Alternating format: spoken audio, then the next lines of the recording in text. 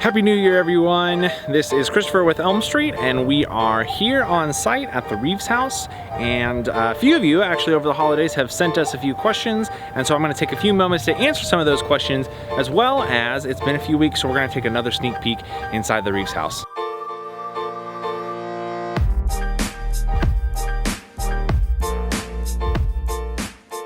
We are here on the back porch. You can see we've got some freshly poured concrete that is making up the back porch, as well as, I think since the last time we've been here, you can see some of the paint trim. You can see that nice iron ore for the ceiling here on the back porch, as well as that's kind of consistent throughout, throughout the house is looking very nice. But I think also this back porch, surprisingly for me, is a little bit bigger than we anticipated, which is exciting because I think we can have a lot of really cool events of jazz nights, or maybe plein air art evenings, or whatever have you, all sorts of events under the back porch that I think will be a lot of fun for the community. All right, the trim is looking great, paint's done. Let's go check out inside as well. All right, the last time we did a selfie style tour, I believe we were putting up drywall or just finishing that process. So we're in that bare bones phase. We've moved past that. We're kind of on to finishings, which is really exciting to see. Really start to see the space take shape for how everyone's gonna see it when we open the doors up. So that's exciting to see a lot of it. You can see behind me and all around, there's the first coat of paint has gone in. It's looking really good. You can see down here, some trim has come in. That's gonna look, it's all looking fantastic. And you can check out over here, we said we were gonna have that accent wall, which is right here of shiplap, which is really exciting. It looks really sharp. That accent wall will go along with along the coffee bar and wine bar. So that's gonna look really good. And that also extends up into the ceiling. I can't remember if we had talked about that before. So we're gonna put some lights, obviously some other finishings up there, but all of this is looking really good, and we're excited about it. It's truly amazing to see the space take some shape the way we had imagined. And then I've got a surprise for you. Last time we were here, we talked about the barn door and how that was all made up of the original Reeves house, and so that actually has been put into place, leading into the education studios. So you can see again, the outer part is the foundation pieces, and the siding, then the diagonal pieces are the siding. So I wanted to take a quick moment because we've encouraged you in some of the Reeves report in the emails that we've been sending out. We've been encouraging you to ask questions if you have it. A few of you have replied, and so we thought we'd take a moment and ask a few. So the first one comes from Wayne. If you have a grand opening for Elm Street, meaning the Reeves house, please let me know. Wayne, we definitely will have a grand opening, and that will probably take place. Right now we're projecting May. So not sure quite yet when in May. Could happen a little earlier, could happen a little later, but right now we feel pretty solid about May.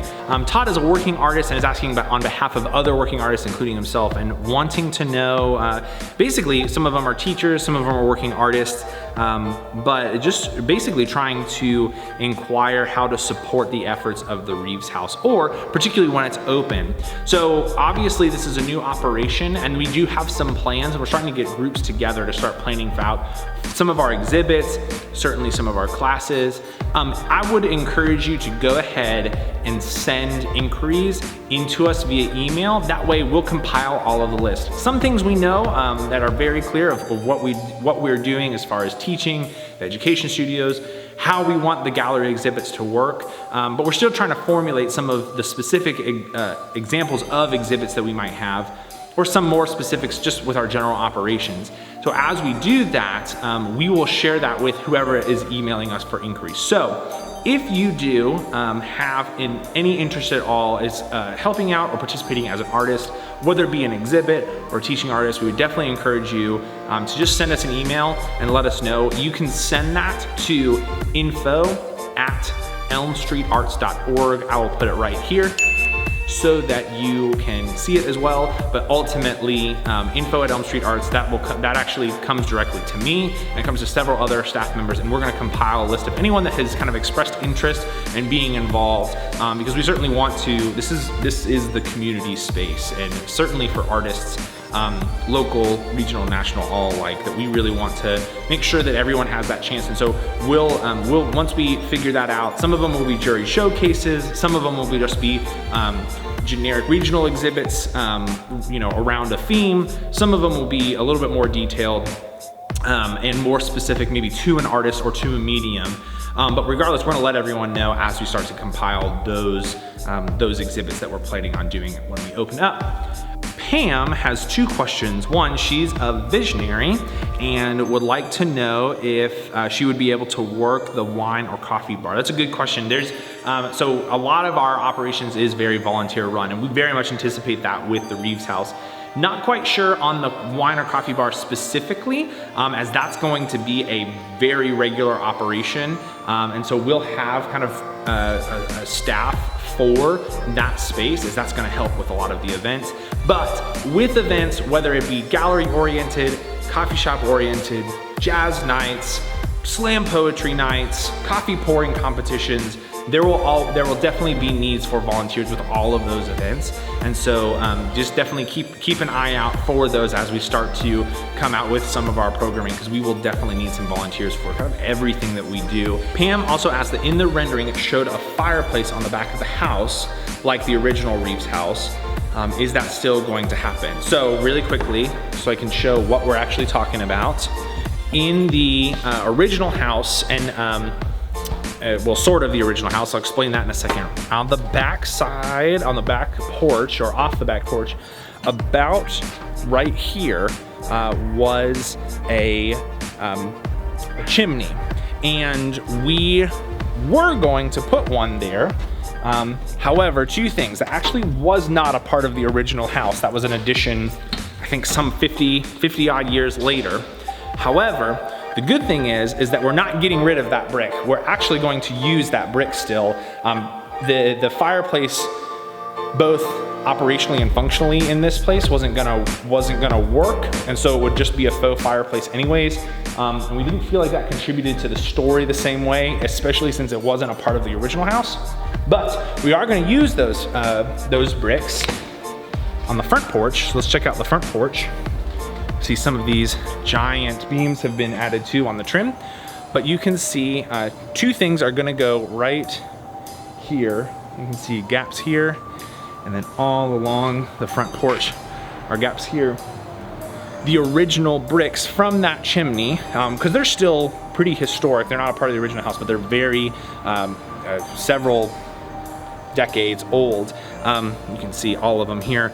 We're gonna put the bricks there in those gaps, as well as a few years ago we did a drive for some engraved bricks that a lot of you donated towards, specifically those bricks. And those will also be put in here kind of along on the front porch. So it'll be the historic bricks and the engraved bricks side by side all along the front porch, as well as, and this isn't laid out yet, but on the front porch there will be a sidewalk obviously leading up to the front porch, and trimmed on the side of that. Somewhat similar to this, but also on the sides will be those same bricks and the engraved bricks as well. So a lot of those, the historic bricks will definitely be used, and the engraved bricks will certainly be used as well all along there. So even though it's not quite the chimney itself, we did feel like we could honor that history by being able to use those bricks, as well as we thought it would be appropriate to be side by side with the engraved bricks of so much of the community that helped make this possible very early on when we first did that brick campaign. So we're excited to do it that way. So yeah, and then I walked out, and then I realized I need to come out here because Joyce had a question. And Joyce had a question about, at some point in the plans for Elm Street as a whole, there was a new theater, and that is still the case eventually. And I don't know if you can see it from here, but across diagonally from the trail, there's the parking lot. She was asking where that theater might go. It actually is planned to go there. The last question comes from Samantha, who is with Preservation Woodstock, who partnered with us early on to kind of accent the historical needs, for specifically the local history here in Woodstock. And so I wanted to talk about that for a quick second. So Preservation Woodstock got together and all of their members made several donations to honor kind of this project, as well as Juanita Hughes, who has worked very much and very tirelessly for Woodstock, and certainly fiercely passionate about local history. And so they have made a contribution. They made a contribution early on to make the Juanita Hughes History Room. And we did talk about that earlier, but I wanted to show you kind of what that looks like. Samantha was gonna ask about it. So what we're gonna do is we're gonna have another exhibit, addition to the main gallery exhibit, that's gonna be focused on local history, and it will probably rotate as well. We're working out those details with Preservation Woodstock. But this is what it looks like, and this is the other piece of Reeves' house that we have been able to use so far, in addition to the barn door and the bricks that we're going to use I just talked about. This is another piece of the foundation from the original Reeves' house as a header to the Juanita Hughes History Room. And you can see this room as well. I'm excited about this because it's going to allow another exhibit that's kind of rotating and really honor the community, both the history and looking back, juxtaposed in a lot of ways with the house and the gallery and looking forward as well. And I think it's a great way to achieve both, and really has turned into a nice, beautiful project. So the Juanita Hughes History Room will offer another exhibit focused on a variety of things, mostly around local history, that we're excited to do as well. And I think it will bring out another round of programming that's so essential for our community.